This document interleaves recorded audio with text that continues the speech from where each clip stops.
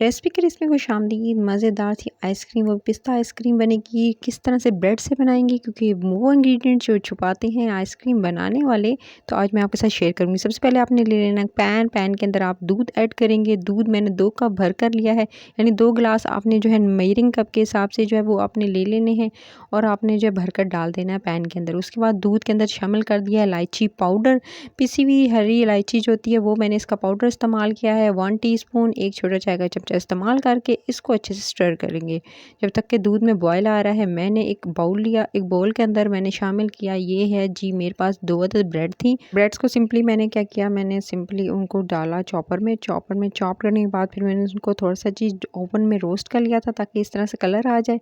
नहीं तो आप सिंपली ग्राइंड करके भी डाल सकते हैं। 2 अदद ब्रेड होनी चाहिए, यानी आधा कप के करीब। उसके बाद आपने इसके अंदर शामिल कर देना है कॉर्नफ्लावर 2 टेबलस्पून भरकर आपने ऐड कर लिया। उसके बाद आपने ऐड करना है, ये है पिस्ताशियो फ्लेवर फूड कलर, ये मैंने तकरीबन लिया है इसके अंदर चुटकी, 1 चुटकी आप पिस्ताशियो फ्लेवर जो है वो फूड कलर ले लेंगे। नहीं तो आप लिक्विड फॉर्म में आता है वो भी आप ऐड कर सकते हैं। उसके बाद आपने इसको अच्छे से मिक्स करना है। मिक्स करने के बाद ये जी अब आपने जी पिस्ता आइसक्रीम के लिए ये चीज़ें ड्राई वाले इंग्रेडिएंट जो हैं वो रेडी हो गए हैं। इसको अच्छे से मिक्स कीजिएगा ताकि जो फूड कलर है जो आपने ऐड किया है पिस्ताशियो का वो अच्छे से मिक्स हो जाए। उसके बाद आपने लेना है पानी आपने इतना ऐड करना है कि इसका अच्छी सी जो है वो कंसिस्टेंसी के साथ जो है आप इस तरह से जो है इसका मिक्सचर रेडी कर सकें। सिर्फ और सिर्फ मैंने इसके अंदर 2 से 3 टेबलस्पून भरकर पानी के ऐड किए हैं। पानी ऐड करके फिर आप इसको बहुत अच्छे से मिक्स करेंगे और इस तरह से आपने लिक्विड सा बना लेना है। ये दे सकते हैं मैंने बस सिर्फ 2 से 3 टेबलस्पून जो थे इनफ थे और इस तरह से मैंने लिक्विड रेडी कर लिया, गाढ़ा पतला।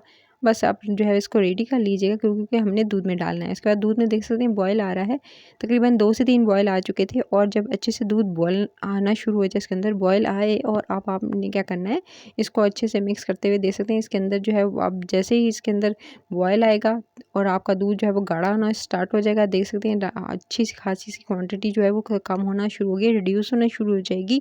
दूध को ज़्यादा पकाना है और उसके बाद पके हुए दूध के अंदर ही आपने चीनी शामिल कर देनी है। चीनी जो है इसके अंदर आधा कप चीनी का जाएगा। ज़्यादा चीनी जो अगर आप पसंद करते हैं तो थोड़ी सी और भी ऐड कर सकते हैं और कम पसंद करते हैं तो कम कर दीजिएगा, यानी इसकी जो आपने मिकदार है वो कम भी कर सकते हैं। उसके बाद आपने दूध को अच्छे से हिलाना शुरू करना है, कंटिन्यूसली आप हिलाते रहेंगे। दूध को पकाना है जब तक कि थोड़ा सा और इसकी क्वांटिटी कम नहीं हो जाती, यानी आपने थोड़ा सा इसको अच्छे से पकाना है। लेकिन याद रहे ज़्यादा तेज़ आंच पे मत पकाइएगा, नहीं तो ये होगा कि दूध बॉयल होकर नीचे गिरने लगेगा। सो आपने क्या करना है, इसको दरमियानी आंच पे कुक करते रहना है। बीच में बराबर जो है चमचा चलाते रहिएगा ताकि आपका दूध जो है उस पर बॉयल आए, क्योंकि अक्सर जो होता है कि आप छोड़ देते हैं चूल्हे पर और दूध नीचे गिर जाता है। किसके साथ ऐसे होता है, कमेंट सेक्शन में ज़रूर बताइएगा कि कौन ये मिस्टेक करता है, दूध को छोड़ दिया और आपको पता भी नहीं चला और आपका दूध जो है वो गिर गया।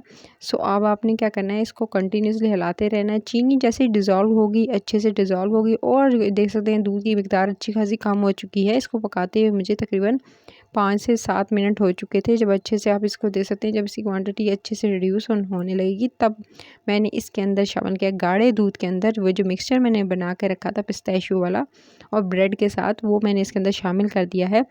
जब दूध अच्छा खासा गाढ़ा हो जाएगा तभी आपने इसके अंदर वो मिक्सचर शामिल करना है और इसको बहुत अच्छे से कुक करना है। तकरीबन आप इसको कुक करेंगे उतने वक्त तक जब तक कि ये अच्छे से पक नहीं जाता। अब आप देख सकते हैं इसके अंदर मैंने शामिल कर दिया ब्रेड वाला मिक्सचर और इसको पका रही हूँ ताकि जो इसके अंदर कॉर्नफ्लावर है और ब्रेड है वो अच्छे से पक जाए। और आप इसका कलर देख सकते हैं, लाइट था लेकिन अब थोड़ा गाढ़ा होना स्टार्ट हुआ है, ये और डार्कर होगा। और अब आप देख सकते हैं कि दूध भी बहुत ज़्यादा मकदार में कम हो रहा है। अच्छा जी, जैसे दूध थोड़ा सा पकेगा फिर मैं इसके अंदर शामिल कर दूंगी थोड़े से पिस्ते जो है वो आपने इस तरह से कटे हुए इसके अंदर शामिल कर देने हैं। 2 टेबलस्पून पिस्तों के शामिल कर दीजिएगा, क्रश किए हुए, ठीक है, चॉप कर लीजिएगा। आपने इस तरह से छोटे छोटे चॉप कर लेना है और चॉप किए हुए आपने इसके अंदर पिस्ताशियो शामिल करके इसको पकाना है। अच्छा, पकाते हुए दे सकते हैं रंग भी अच्छा खासा गाढ़ा हो गया। अगर आपको लगे कि पिस्ता फ्लेवर और ऐड करना चाहते हैं तो पिस्ता फ्लेवर और ज़्यादा ऐड कर दीजिएगा, यानी तकरीबन जो है वो 1 से 2 ड्रॉप, या अगर आपके पास लिक्विड में हो तो 1 से 2 ड्रॉप, नहीं तो आप ड्राई फॉर्म में है तो आप जो है सिर्फ और सिर्फ जो है 1 से 2 चुटकी और बढ़ाकर डाल सकते हैं। उसके बाद आपने इसको पकाते रहना है। अच्छा, पकाते हुए देख सकते हैं अच्छा खासा ये गाढ़ा हो चुका था और इसके अंदर कॉर्नफ्लावर ऐड किया था और मैंने इसको बिल्कुल, मैंने आपको बताया, मैंने ज़्यादा आँच नहीं रखी हुई है, सिर्फ और सिर्फ दरमियानी आँच पे इसे कुक कर रही हूँ। और अब आप अच्छा खासा ये गाढ़ा होना स्टार्ट हो गया है और इस तरह से इसकी कंसिस्टेंसी इस तरह से हो गई है। अभी आपने इसको एक मज़ीद पकाना है और इसके अंदर शामिल कर देना है। अब आपने इस स्टेज पर इसके अंदर थोड़ा सी क्रीम, अच्छा जब इस तरह से गाढ़ा हो जाएगा तभी आप क्रीम शामिल कीजिएगा, इससे पहले क्रीम नहीं शामिल करनी है, इससे बहुत क्रीमी टेक्सचर आता है और आइसक्रीम भी बहुत अच्छी बनती है। क्रीम आधा कप के करीब मैंने इसके अंदर ली है और आधा कप क्रीम शामिल करके, फ्रेश क्रीम है और इसके अंदर शामिल करके अब आपने जो है इसको अच्छे से मिक्स करना है। और जी जब तक कि आपकी क्रीम इसके साथ अच्छे से मिक्स नहीं हो जाती और अच्छे से जो क्रीमी टेक्सचर नहीं आ जाता, क्रीम शामिल करेंगे तभी आपकी जो आइसक्रीम है वो एकदम जो है इसके अंदर क्रिस्टल आ जाते हैं, बर्फ़ जम जाती है। कुछ लोग कहते हैं बहुत हार्ड हो जाती है। उसके अंदर क्रीम का इस्तेमाल किस टाइम पे करना है वो ज़रूर ख़्याल रखिएगा। और उसके अलावा जो है आप जो है वो इसको अच्छे से कवर नहीं करते हैं। आइसक्रीम जिस जिस भी कंटेनर में आप डालेंगे उसको अच्छे से रैप कर लें। आप क्लिंग फिल्म का इस्तेमाल कर सकते हैं, एल्युमिनियम की शीट आती है वो इस्तेमाल कर सकते हैं।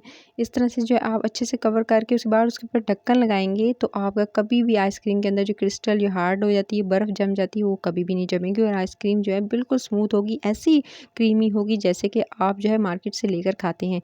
चलिए जी, इसको बहुत अच्छे से मैंने कुक कर लिया और आप देख सकते हैं इसकी कंसिस्टेंसी अच्छी खासी गाढ़ी हो चुकी है और आइसक्रीम बिल्कुल रेडी हो चुकी है। तकरीबन रेडी होने के करीब जिस इस तरह से जो साइडें छोड़ने लगे और आप जब इसकी थिकनेस इस तरह से हो जाए तो आपकी आइसक्रीम रेडी है। अब इसको चूल्हे से उतार कर रूम टेम्परेचर पे से पहले ठंडा कीजिएगा। जब अच्छे से ठंडी हो जाए तो आप इसे किसी भी जो आपने जिस बाउल के अंदर सर्व करना है वो इस तरह से सर्व कर लीजिएगा। और उसके बाद इसको जी पहले ठंडा कीजिएगा तब भी फ्रीज़र में रखिएगा, नहीं तो आप जो है ये पानी साइडों से छोड़ना स्टार्ट हो जाती है और उसकी वजह से पानी जम जाएगा, फिर बर्फ़ जमेगी, फिर आप जो है कंप्लेन करेंगे कि आपकी आइसक्रीम जो ख़राब बनी है। उसके बाद मैंने इसको जी रैप करके अच्छे से शीट से इसको रख दिया था। तकरीबन मैंने इसको 4 घंटे के लिए छोड़ दिया।